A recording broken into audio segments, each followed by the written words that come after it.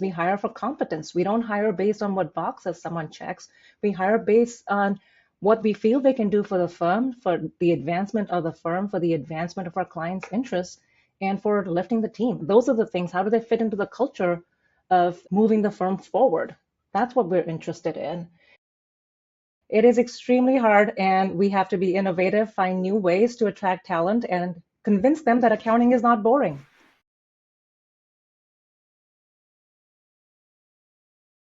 When it comes to a great place to work in the accounting world, not many firms are getting it right. And it's difficult with the talent shortage. One firm that is getting it right is ASL. I've got Sarah Hauge and Deepa Bhat.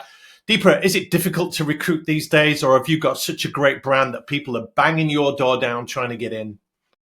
I'd be lying if I said it's easy to recruit these days. No one's going to back me up on that. But before I get into your question, thank you, Rob, for having us. I'm really excited to talk to you, and thank you, Sarah, for joining.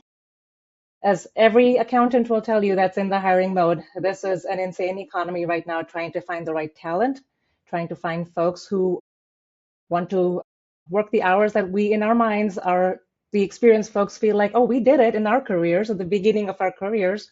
Why can't the rest of the folks step up? So it is extremely hard, and we have to be innovative, find new ways to attract talent, and convince them that accounting is not boring.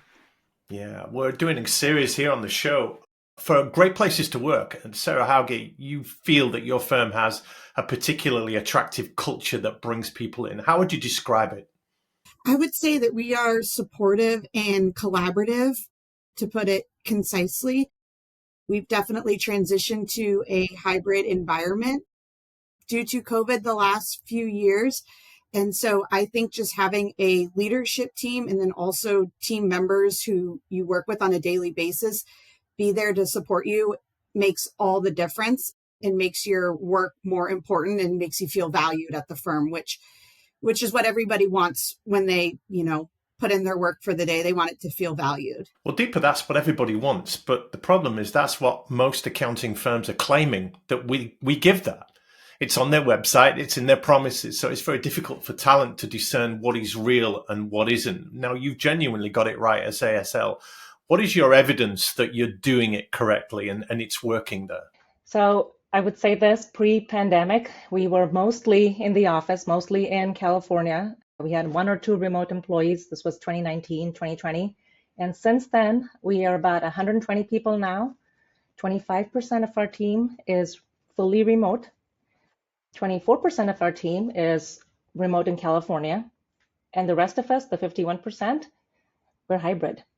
So I would not have imagined that. And we're in 19 states and Puerto Rico. So I would not have imagined that in 2019 or even in 2020, but we have evolved with the times and we have adapted to what our employees want to be able to do, is be flexible in their work, be able to get their work done and manage time for their families. And we allow them to do that. That is astonishing that we're talking about an accounting firm that can achieve that. And you see stories in the news, Sarah, don't you, about this call back to the office. Let's get everybody back in. We're spending huge amounts on commercial real estate. And for whatever reasons, we need to justify that. But somehow you're driving a culture and an environment where people are not walking the corridors and not knocking on each other's doors and bumping into each other at the coffee machine. How are you doing that? Sure. So one example is that our firm used to have what we call a fund committee. And what most accounting firms have is some version of a fund committee. It's, nothing outside of the box. And when we started to have this hybrid remote environment, we took a look at that fund committee and thought, this isn't working anymore. We can't be in the office having, lunches and dress up days. That's just not the way it is anymore. So we reevaluated and we came up with the B team, which actually stands for Building Employee Engagement Team, which also brings us to our firm mascot, which is a bumblebee. So about 2 years ago, almost to the date, actually, we introduced Bumble. And so we have a mascot. He dresses up in, I believe it's over 50 outfits over the last 2 years. We show him on Teams. He shows up in our promo items that we send our employees for care packages. Oh, perfect. Got the merch as well. And so it was just a really fun activity that kind of brought the firm together within a, not serious way. And one of the reasons we chose a bumblebee, we did research in regards to animals and all that sort of good stuff. And every state has honeybees, which was really important to us. We wanted everyone to feel included. The bumblebee stands for focus, dedication, hard work, among a few of our other mission items that ASL backs up. So that was one kind of small factor that helped us build employee engagement. And then it's something that's continued for 2 years and has really not slowed down. Another thing about the bumblebee that I do know for a fact is that it's at the center of the ecosystem. There's a lot revolves around the bumblebees in terms of the plants and nature and everything else. And there's similarly a lot revolves around an accountant. They are the gatekeepers of business and the interface, if you like, between the government and the regulation and all the businesses and people out there. So that's very apt. But I'm a little bit confused, Deepa, that we're calling accounting fun. That those two words don't normally go together, do they? Come on, Rob. Now you're just teasing. Yeah, as someone who knew at the age of 13 that she wanted to be an accountant, I just can't, I can't fathom when people say, oh, that you must be good at math. And I'm like, no, you must be good at numbers. Maybe, but it's just about what speaks to you. It's about, and then it evolved over time in helping clients, in helping team members, and helping people understand just basic financial, taking control of their finances. So yeah, to me, it's fun, but I can do it all day long. And as my husband tells me, you're one of the only people I know that's so happy to go to work every day. And this was 20 years and counting. Well, that's impressive for sure. But I love the idea of a mascot and just cheerleading the people. It's important. But coming on to employer brand, I want to ask you about what differentiates the brand of your firm in the talent marketplace and how you communicate that. But certainly those games that you're playing with the mascot, and you've been really intentional about how you communicate why it's a great place to work. How would you describe your employer brand? So we've in the last few years, especially in the last few years when the COVID and the burnout and people realizing that there's more to life than just, working away at a desk, we've really hit the work-life balance hard. What we've tried to do is during summers, the last couple of years, we've given summer Fridays off. So it's a 4-day week. We have a ton of holidays, 20 plus holidays that we provide to our employees. And we take different weeks of the year, whether it's Thanksgiving week or the 4th of July week, we give them the week off. So we really want our folks to recharge. And there are certain elements of our jobs that are not in our control. The deadlines, you can't control the deadlines. We can't control natural disasters that push out those deadlines, and then the busy season or the tax season extends interminably. So we try to work around those. We try to give people time off, and we really, really help them with what we provide them with food so that they don't have to cook for their families. We have Uber Eats that we provide. So we've tried every single way to take some of the pain points away from their daily lives so they can focus on, when it's not work, then they focus on the time off work with their families. Like I mentioned before, most everyone's hybrid. Sarah's fully remote in Ohio, and we're here in California in Silicon Valley. So we try and we listen to our employees and try and figure out what it is that is a hindrance and what they have to do to be their best selves, to provide their best service and their best effort to their team. And we kind of try and take those pain points away. When you say you listen to employees, you really do that, Sarah, don't you? You engage in dialogue with them, you ask them what's important to them, and wherever possible, you try and deliver that. Talk to me a little bit more about that process. Sure. So I think our leadership team does a great job at not just sending out surveys to get feedback. It's really important what you do with that feedback. So every time we ask for people's input or, what did you think of XYZ? What could we be doing better? There's going to be an intention at the other end of that of, okay, we receive this information. What are we going to do with that? And one of the biggest examples of that was actually right before the pandemic. The leadership team reached out and said, what could we be doing? And this was when we were all in the office. And people said, we want more flexibility. That's, what we're looking for. We're seeing maybe other tech firms in Silicon Valley offering something similar.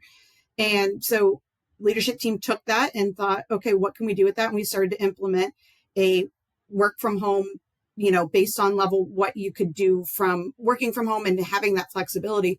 And then little did we know, 3 months later, it worked out great for us. But that was just a small example of how they took that information and turned it into something that was tangible, and we saw results. So it's not just asking for feedback to do it, but you've got to do something with that, which I think our team is really good at. Precisely. And I'm thinking of, if you had a great cake shop, you could put a cake shop in the completely wrong location and nobody would come to it.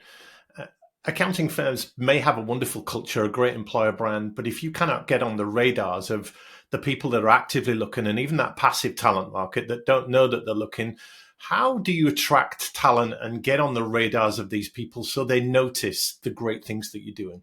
So, Rob, our employees are our best recruiters. We have so many folks who have joined us because their friend, their spouse, or a former coworker is working at ASL. We recently, just yesterday, had a former coworker join us back because he realized, and he, in his email, he said, "I feel like I'm back home." And it just, as the leader of the firm, it feels so good to hear that, to see someone, and he's locally, he's here. So I went and talked to him and I said, "Welcome back. And it's so good to see you again." And it's just moments like that that warm your heart and make you realize, okay, we're doing something right. If people who leave, thinking the grass is greener on the other side, come back and they say, "I missed it." I like that too, because if people leave, that's often the door slammed shut. There's no coming back. If you leave, you leave.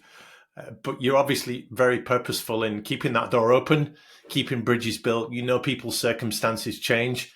I think a lot of accounting firms now are seeing the potential in working mums that have been pregnant, had the child, had the break, come back.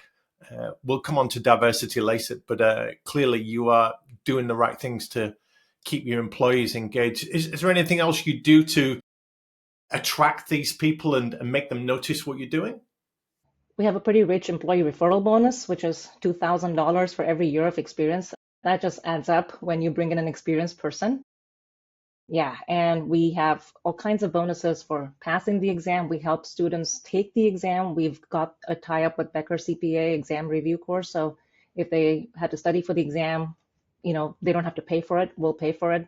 There are study groups that folks have formed here so they can have some accountability because this is a big part of their lives. If they're in an accounting firm, they need to get the CPA credential, and that's daunting after you've graduated from school and then you have a full-time job, and some have young families. So it's just, you need that extra motivation, and we cultivate that environment where they feel safe with their teams to take time off of work and then sit for the exam or study for the exam like a study group. So we've tried everything possible to make it affordable for them and something that they should want to do as part of their career growth. Sarah, were you going to add anything there? I would just say we did recently hire a recruiting manager as well to focus on this area specifically, which was new for ASL. And so we've of course have, HR roles and that sort of good stuff, but we hired someone on a little over a year ago, if I'm not mistaken, to really focus on the recruiting efforts and, not only the recruiting and bringing them into the office for interviews, but what happens after that. So a more robust onboarding program so that they feel included right from the start, which is going to help them want to stay with the firm longer. And that also helps with retention as well. So I think that, bringing on a recruiting manager, and then also to Deepa's point, just highlighting, we're not really, it's not a one size fits all. We really customize our positions for people.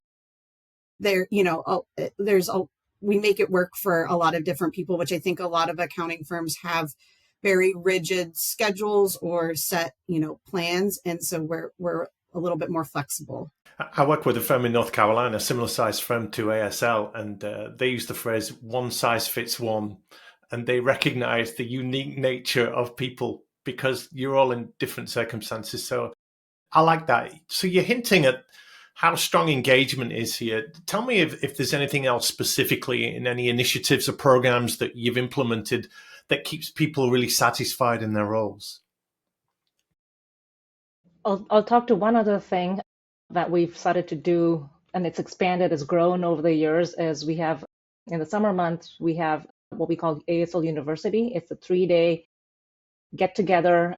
The first couple years we focused on technical training. So we fly in every remote employee, everybody. It's just everyone's here. It's one big meet and greet. And, for the folks we've never seen before, it's the first time to meet them. And we set aside client work. We tell our clients these 3 days, it's all about employee engagement. We'll get to your project after this week. And we've rented a place in the past a little further away from the office, and people stay there. And we have 3 days of trainings, and then evenings we have team building exercises, dinners, all kinds of fun stuff, bowling. And it's really helped. But this past year, we had a keynote speaker. We talked about mindfulness, and we've given that option to people to try out his techniques individually as well. And then we focus more on soft skills, leadership training. So we've kind of planted the seed for soft skills training and what it means to be thinking about things other than technical stuff, because you're all rounded when you approach things with empathy, with clarity, with purpose, not just with, I need to get this to balance or this to tie out.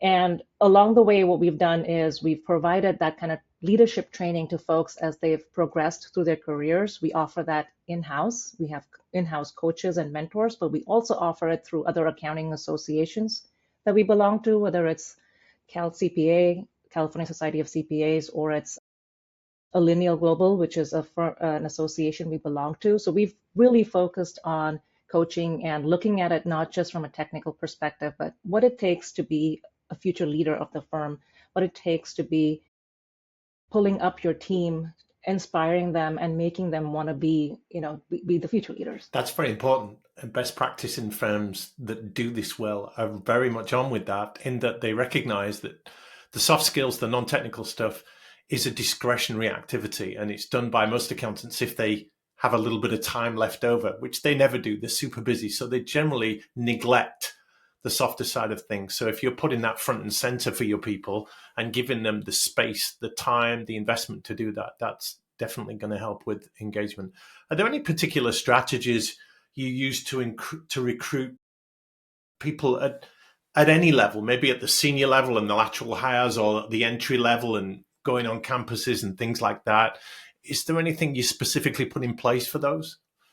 So like Sarah mentioned, we have a campus recruiter now, and right now we're in the middle of campus recruitment. All the schools are having their events. And what we tried a couple years ago was hiring interns, rotational interns. And these are students who are in their junior year, or they kind of haven't decided what their major should be, or even their sophomore year. And they come in and they get to spend 4 to 5 weeks in audit, 4 to 5 weeks in tax, 4 to 5 weeks in operations, and they see different flavors of the firm, and they can decide, okay, is this really for me? Is this really as boring or staid as people have made it out to be, or is this something I can do long term? And they get to meet different people and work on different projects. I think that's exciting to folks who are trying to make up their mind. So we've been very successful. Many of our interns have come back and joined us as staff accountants, and that's been really successful, and that's at the entry level. And then we also look for entry level staff at that level at campuses. But then the rest of it at the more experienced level, beyond the recruiting manager, is word of mouth. It's who you know, and folks who, even our clients who know that we work with. And one of our recent staff accountants came from one of our clients. He's worked with us, and he knows, how ASL, how the work hours that we maintain, and we try and keep it to a manageable workload for employees. We don't work with public companies, so we don't have the public company deadlines that a lot of accounting firms have. So all these are little things that distinguish us and set us apart from our competition. And our clients know that, because they know the service they get from us, and they want, if they have, folks in their families that want to start a career, they think of us. And that's another one that's really helpful. That's very good. Are you doing anything specifically that helps with retention? It's all very well getting them in, but keeping them is a problem for many accounting firms. But I would imagine, given the environment you've got there, you have higher than industry average retention rates of your people. We have, and we actually have a retention committee that we formed with a combination of folks who are in person, remote. So we try and different levels across the firm, different departments. So we get to hear different voices, and they tell us what we can be doing differently the biggest takeaway from that committee was when someone gets promoted, they just don't know what's expected at the next level. We have a very detailed career pathway. We tell people what the expected skills are, what the expected technical skills, soft skills are at every level, but it's not until you're in that position we realize, okay, that document doesn't tell me everything I need to know. So who's helping me out? So we have a buddy system, we have a coach, but this retention committee really showed us a lot of things, and we tweaked what we were doing in our onboarding process. So now we have onboarding not just when we hire someone, but we have onboarding when we promote someone. And before they assume the new role, we tell them what's changing, what's going to change in their lives beyond obviously the compensation, the benefits, and all of that. We tell them, okay, this is another thing that you need to be able to do. And for us, it's simple. Do you have to bill your clients, how to interact with your clients? It's just a step up. And telling them ahead of time takes away the surprise element. That was really helpful, having that committee tell us, because you don't think of some of these things. You just kind of assume that people would know what they look around, but there's no one to look around right now, right? So you have to help people with things like that aren't obvious anymore. That's so true. It's very insightful. And the problem is that most firms don't realize they've got a vulnerable member of staff until the letter of resignation goes in, and it's all too late to put things right then. So I love that. In the UK, every 2 hours, a man commits suicide. Now, that's a real segue, but I want to get on to mental health. I do some volunteering with men's mental health, and it can be women as well, but 76% of suicides in the UK are men, and it's the biggest killer of men under 50.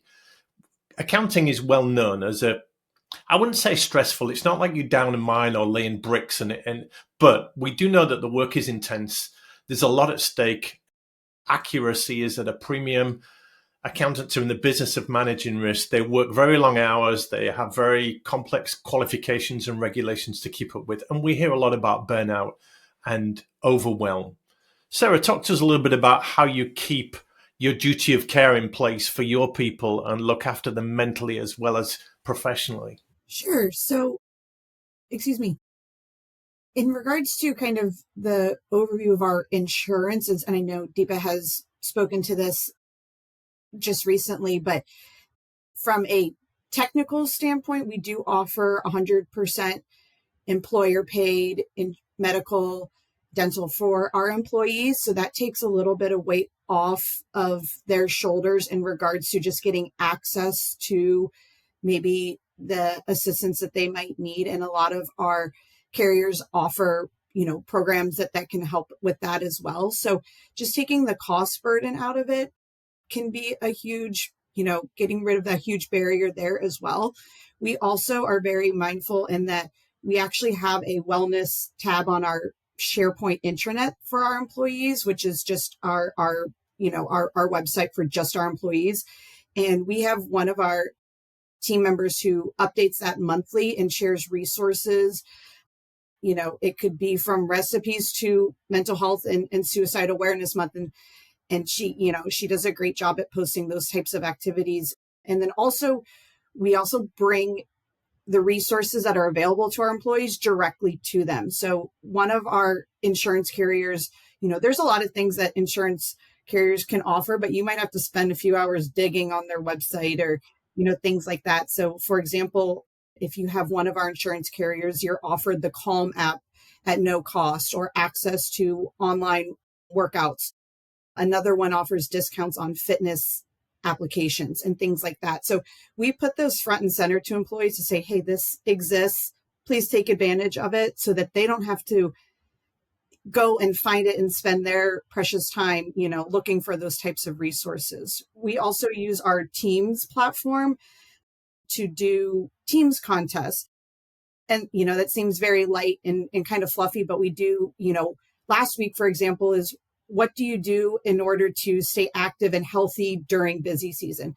And we had employees responding, take a walk around the block if work gets too hard, hug your dog if you work from home, little things like that. So I think just having that, touch point with other employees that it's not, there are hard times with work and that you have each other. And then also here's how I cope with it is also very helpful. And Deepa, you and I would come from a generation, if I may say, where you just sucked it up, didn't you, and got on with it. In England, we say a stiff upper lip and put on a brave face, or men often say grow a pair or man up or things like that. But there are times when it does become too much, and presumably you want to give people an outlet or an opportunity to admit that they're struggling or they're not coping or they need a little bit of help. That takes some mentoring, coaching, or some culture, doesn't it, and some leadership to allow that to happen. Definitely. And as I mentioned before, we have coaches, and their primary job beyond checking in on how they did on their jobs, how they did technically, is to check in when they know the deadline's been busy, been crazy, and they've been working a lot of hours. So we, as any accounting firm, we track time. So we get time reports and we can see who's working a ton of hours. And those people, consecutive weeks, if they've been working really long hours, their coaches or the department leaders, because we have different departments and each leader, it's on them to check in and make sure, hey, are you okay? Have you taken a break? What can we do? How can we reassign your work? So we're constantly looking for signs of fatigue. We're looking for signs of it's too much. Because the last thing we want is for someone to say, if only you'd picked up on the signs, I would have stayed, right? So we don't want, that's too late. We don't want to get to that point when we don't hear the sounds that aren't obvious, the signs that are the nonverbal cues that we get. So we're looking for it, even in Teams meetings, we're looking for body language, we're looking for lack of engagement. And the folks who are here, we make it a point to talk to them in person and make sure that we check in on them. So after every deadline, there's a check-in. It doesn't have to wait for a deadline, but it definitely happens after a deadline. I feel like we're very connected with our team. Each leader of each department has a good equation with their team members, and then they have kind of their deputies who go out and check in on the other team members. And between the buddies and the coaches, we have a good culture of speaking up and expressing ourselves. There's several folks that have, for a short period of time, wanted to go on a reduced schedule because we've had a few that had just too much going on in their personal lives. And obviously it's, we don't ask too many questions if they feel this is the right path for them, and they have all come back. And it's just been so rewarding for someone to say, I'm glad you gave me the time off to sort things out. And I feel happy that a firm understands what I was dealing with without me having to tell them that I'm dealing with something. So, yeah. That's so good.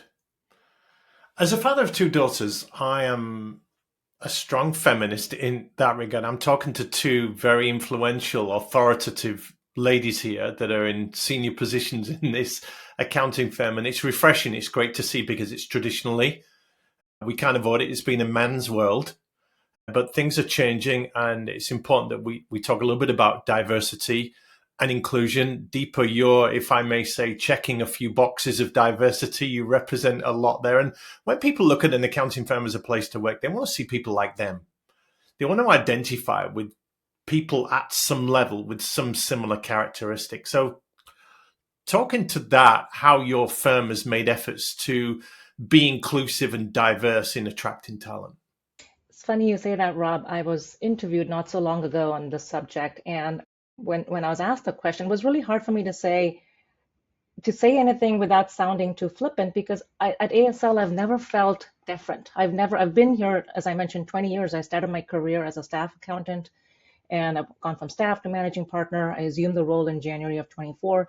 I've never felt different, and we're in Silicon Valley where, every second person is different than the person before them. So it just feels very natural to have a female leader. I'm the third female CEO for ASL.